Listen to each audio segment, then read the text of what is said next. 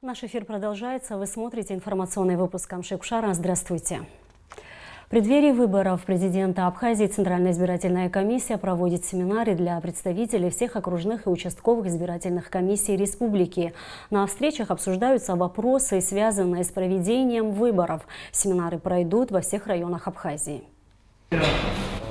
У нас отменены открепительные удостоверения. В связи с этим возникают ряд вопросов, которые надо конкретизировать.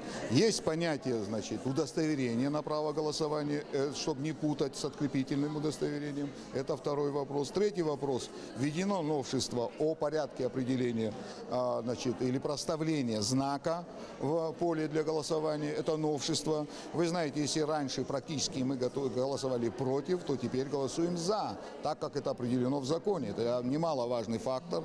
Мало того, мы должны в обязательном порядке подчеркнуть и довести до членов комиссии, несмотря на то, что все это отражено в наших рабочих блокнотах и в законодательстве, что в поле для голосования проставляется любой знак, по которому они должны определить волеизъявление граждан. Кроме всего прочего, паспорта старого образца недействительны и не могут быть применены. По данному вопросу тоже возникают вопросы и ряд других вопросов, которые могут в ходе нашей беседы возникнуть. На все вопросы мы будем отвечать.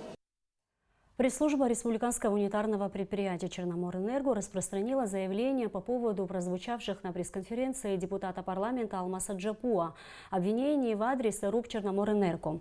Напомним, что 16 августа в офисе общественного движения «Общее дело» прошла пресс-конференция кандидата в президенты Республики Абхазия, депутата парламента Алмаса Джапуа, посвященная итогам работы парламентской комиссии по расследованию деятельности РУП «Черноморэнерго». В заявлении, в частности, говорится: освещение деятельности комиссии происходило на площадке общественного движения, не имеющего отношения к деятельности парламентской комиссии и к деятельности парламента в целом, за исключением того факта, что один из лидеров этого движения является депутатом парламента. Это дает нам основание полагать, что цель мероприятия была далека от цели комиссии, а само мероприятие было пиаром кандидата в президенты Алмаса Джапуа. Напомним, что закон о парламентском расследовании указано, что член комиссии не имеет права в публичной форме представлять информацию о деятельности комиссии, а также озвучивать свое мнение, касающееся расследования, до завершения ее работы. Работа комиссии признается завершенной после принятия соответствующего постановления парламента, чего не было сделано. Джапуа не мог не знать этого, выступая на пресс-конференции, где озвучил свое особое мнение и пошел на грубое нарушение закона. Из уст Джапуа прозвучали серьезные обвинения в адрес РУП «Черноморэнерго». Между тем, он не представил ни одного доказательства, прямо или косвенно подтверждающего озвученные обвинения, ссылаясь на некие секретные данные, секретные свидетельские показания и на вышеупомянутый закон. Путая профессиональные понятия и термины, Алмас Джапуа свел всю обвинительную базу к собственным бездоказательным предположениям, отмечается в заявлении пресс-службы РУП «Черноморэнерго». Как сообщается в заявлении, 21 августа в 11 часов в центральном офисе «Черноморэнерго» пройдет пресс-конференция руководства предприятия, на которой будут даны исчерпывающие и аргументированные ответы на все прозвучавшие обвинения. Делегация Всемирного Абхазо-Абазинского конгресса во главе с председателем Высшего совета Мусо Экзековым посетит Иорданское Хашимитское королевство с официальным визитом, который состоится с 24 по 27 августа. В ходе визита запланированы встречи с руководством и членами диаспоральных общественных организаций, с общественными деятелями и деятелями культуры. Деловой визит в Иорданию входит в план-график зарубежных визитов руководства Конгресса на 2019 год, утвержденный членами Высшего совета в 2018 году. До конца текущего года представители ВААК также планируют посетить Сирию, Германию, Голландию и Турцию. В рамках этого визита планируется встреча с широкой общественностью, с нашими соотечественниками, проживающими в Иорданском Хашимитском королевстве. Это и Дивана-база, это культурный центр абхазо-абазинского народа. Это и спортивный клуб, который объединяет представителей кавказской диаспоры, проживающие в Иордании. Кроме того, мы планируем провести встречу с видными общественно-политическими деятелями из среды диаспоры. Рассчитываем, что будут и другие встречи.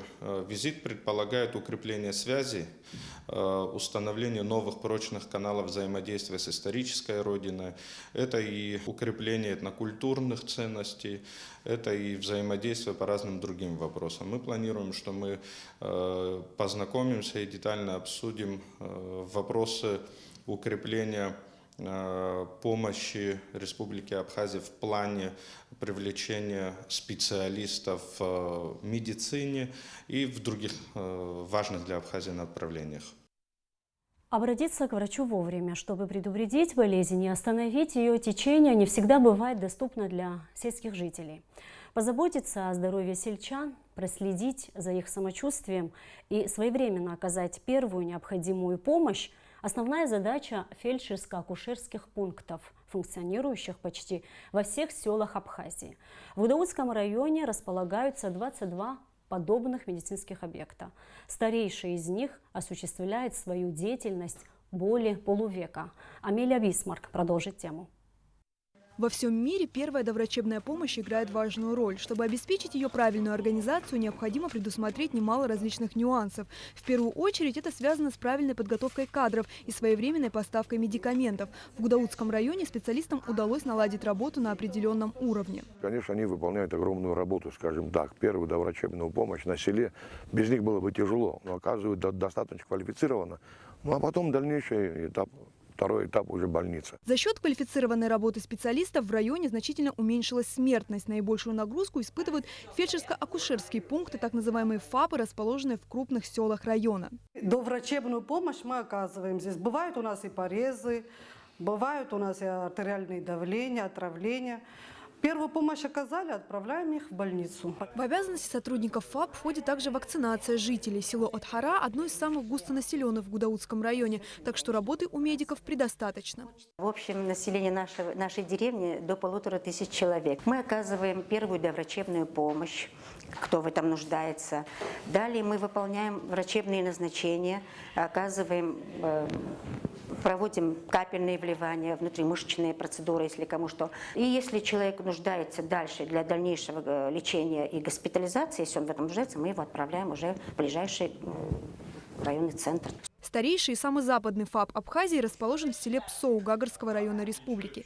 Со дня его открытия прошло более 50 лет. Все это время здесь работает фельдшер Жужана Каратян. За время своей деятельности медик успела заслужить доверие жителей населенного пункта и найти общий язык с каждым пациентом. Смогла улучшить показатели по проведению иммунизации. Я уже так поставила работу, что никто не может мне отказать. В этом случае я очень свою работу люблю и хочу, чтобы было все четко. Как рассказывает главный врач ЦРБ города Гагра Вячеслав Аргун, в районе 4 врачебные амбулатории в поселке Лдза, Пицундов, Цантрипши, Бзыби и Валахадзе. ФАПа в районе 8, все нестабильно работают. Между тем, проблема наличия квалифицированных медицинских кадров до сих пор остается едва ли не самой главной. Чтобы в будущем эта работа не стояла на одном месте, она двигалась, надо сел, мне кажется, через Министерство здравоохранения квоты выбить на бесплатное питание, медсестер взять или мужчин взять, чтобы они оканчивали медвузы, а потом они где живут в селе, чтобы они работали в своих селах. Несмотря на существующие сложности, медики фельдшерско-акушерских пунктов Абхазии честно стоят на страже здоровья населения республики. Амелия Бисмарк, Абхазское телевидение. 21 августа в Абхазском драматическом театре имени Самсона Чанба состоится пресс-конференция, посвященная предстоящей премьере спектакля «Ромео и Джульетта». Пресс-конференцию провели режиссер-постановщик Адгуркове, художник-постановщик Батал Джапуа, известный абхазский поэт и переводчик Геннадий Алами, а также генеральный директор Абхазского драматического театра Надар Чанба. О том, как проходила подготовка к спектаклю и по какому принципу отбирали актеров, нам рассказал режиссер-постановщик пьесы Адгуркова. У нас мелькали разные названия, и, в принципе, «Ромео и Джульетта» название выплыло в последний момент именно с целью дать возможность проявить себя той молодежи, которая в последние годы, закончив высшие специализированные театральные заведения в Москве и в Петербурге, влилась в труппу театра. Пьеса о свежести чувств, Пьеса такой гимн любви. В пьесе в основном в центре внимания находятся молодые персонажи. И нам показалось это возможным вариантом для творческого такого разговора и с труппой, и вследствие уже, когда спектакль будет готов, и со зрителем. Одной из задач было проверить в большом деле молодежь. Я думаю, эта задача была решена. На территории курорта Пицунда, прямо на берегу моря, запустили новый объект отдыха – открытый аквапарк. Одновременно аквапарк может обслужить более 300 человек, взрослых и детей. На открытии объекта побывала и наша съемочная группа.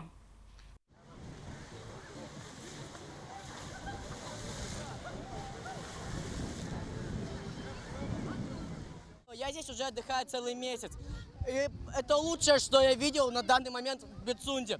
Даже Гагра не сравнится с этим.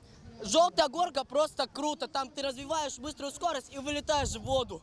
Появление аквапарка на территории курорта Пицунда – действительно долгожданное событие для жителей и гостей города, так как именно здесь в жаркий летний день можно всей семьей хорошо провести время. Аквапарк разделен на две зоны. В первой располагаются горки под названием «Спирали», «Ковер-самолет», «Твистер», и они исключительно для взрослых. Дети же отдыхают во второй зоне аквапарка, где располагаются 3 небольшие водные горки. Под строгим наблюдением инструкторов и ребятишки, и взрослые весело скатываются в воду. Водичка теплая, мне все нравится, не крутые горки. Здесь хорошо. Мне очень все нравится, и мне ничего не страшно. Конечно, было чувство страха изначально, но потом, когда я уже прошлась по некоторым горкам, конечно, хочется еще возвращаться. Здесь же на территории аквапарка функционирует детская площадка. Детей развлекают аниматоры, художники по аквагриму. Вдоль аквапарка установлены шезлонги с зонтами, где можно прилечь и отдохнуть. Для нас очень важно, что на территории курорта и, в принципе, в Абхазии создаются новые объекты, благодаря которым повышаются услуги, предоставляемых для наших гостей. Так как Абхазию посещает очень огромное количество туристов, гостей, на самом деле некуда порой ходить на развлекательные мероприятия. Подобные проекты смогут повысить их досуг, развлекательные программы различные для их детей, а также для всей семьи. Среди гостей, посетивших аквапарк, и семья Карповых из Владимирской области, которая стала победителем фотоконкурса «Лучший семейный отдых», объявленного предприятием «Курорт Пицунда». Эта счастливая семейная пара уже не раз бывала в Абхазии, и поэтому, услышав о конкурсе, решила принять в нем участие и победила. В этом году Карповы отдыхают в Абхазии бесплатно. Мы Абхазию просто обожаем. Мы здесь с 2009 года, но сюда мы вот сейчас попали в 3-й раз. Мы просто приезжали сюда на пляж, смотрели сюда и думали, о, как хочется здесь побывать. И когда мы в Инстаграме увидели, что объявляется фотоконкурс, а поскольку мы в прошлом году здесь были, у нас нашлись фотки, чтобы выложить их, поучаствовать в этом конкурсе. И мы здесь. И, в общем, мы отдыхаем, нам все очень нравится. Здесь каждый раз появляется что-то новое. Вот сегодня открытие аквапарк. Мы не знали, конечно, что мы приезжаем, и совпадает это с таким новым знаменательным событием. Пицунда каждый раз нас не подводит. Здесь всегда изумительное море, изумительный реликтовый лес, отличный такой вот, какое-то настроение, праздник. Вот, и каждым разом, правильно мне говорит Лена, здесь что-то интереснее, новые и новые. Будем надеяться, что и дальше это будет дальше. Какие-то новые будут планы у руководства этого пансионата. Таким образом, на территории курорта Пицунда появилась еще одна активная зона отдыха, которая, несомненно, станет излюбленным местом времяпровождения как отдыхающих, так и горожан. Аля Катрапш, Томас Чиковани, Абхазское телевидение. При поддержке Госкомитета по физической культуре и спорту Абхазии 17 и 18 августа в Сухуме прошел международный открытый кубок Абхазии по косики карате. Традиционный ежегодный турнир собрал лучших спортсменов Абхазии и различных регионов России, а также Донецкой Народной Республики. Репортаж Гугуцы Варданя. Спортивное мероприятие началось с церемонии возложения цветов в Парке Славы к мемориалу погибших в Отечественной войне народа Абхазии. Открытый турнир по косики-карате проходит в Сухуми уже в 7-й раз. В этом году в нем приняли участие около 200 спортсменов из Абхазии, различных регионов России, а также из Донецкой Народной Республики. Тимур Бутба занимается карате 4 года. В этот вид спорта мальчика привел отец. С тех пор Тимур принял участие во многих международных соревнованиях, на которых показывал хорошие результаты. Вот и в этот раз он стал сильнейшим в возрастной категории от 8 до 9 лет. Участвовал в чемпионате мира, чемпионате России, чемпионате Абхазии. Все первые места, 4 вторых, третьих вообще нету. Маленький Даня из Москвы занимается косики-карате также 4 года. В Абхазии юный спортсмен впервые. Как поделился с нами Даня, он очень рад принимать участие в данном турнире. Я шокирован, уровень спортсмены очень хорошие. Сегодня день спорта, и я рад. Среди спортсменов есть и те, кто впервые принимает участие в самих соревнованиях. Но, несмотря на отсутствие опыта, им удалось показать неплохие результаты. Мои соотечественники, то есть товарищи по команде, они уже несколько раз были в этом замечательном соревновании Кубки Абхазии. А я вот в первый раз. Косики-карате – универсальная соревновательная система контактного карате с использованием защитной экипировки.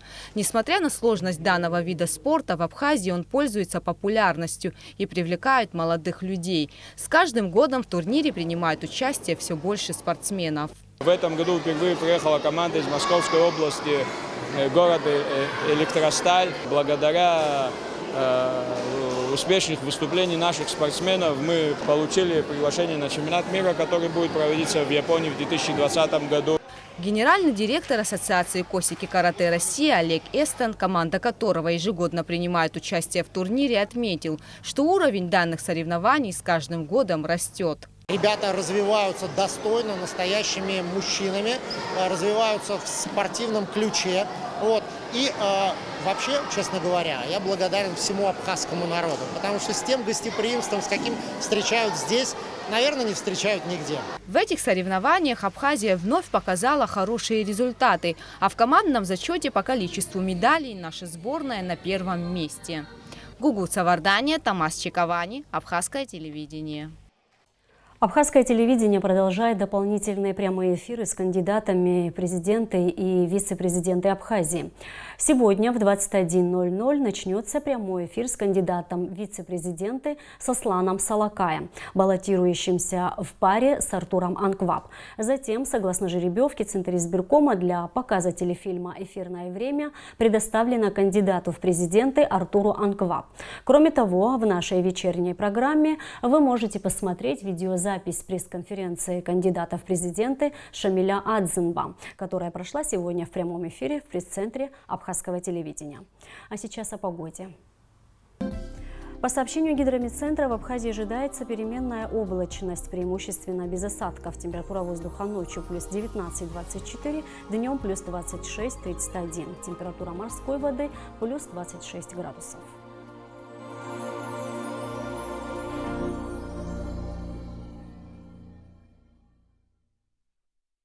И на этом наш выпуск завершен. Всего вам доброго.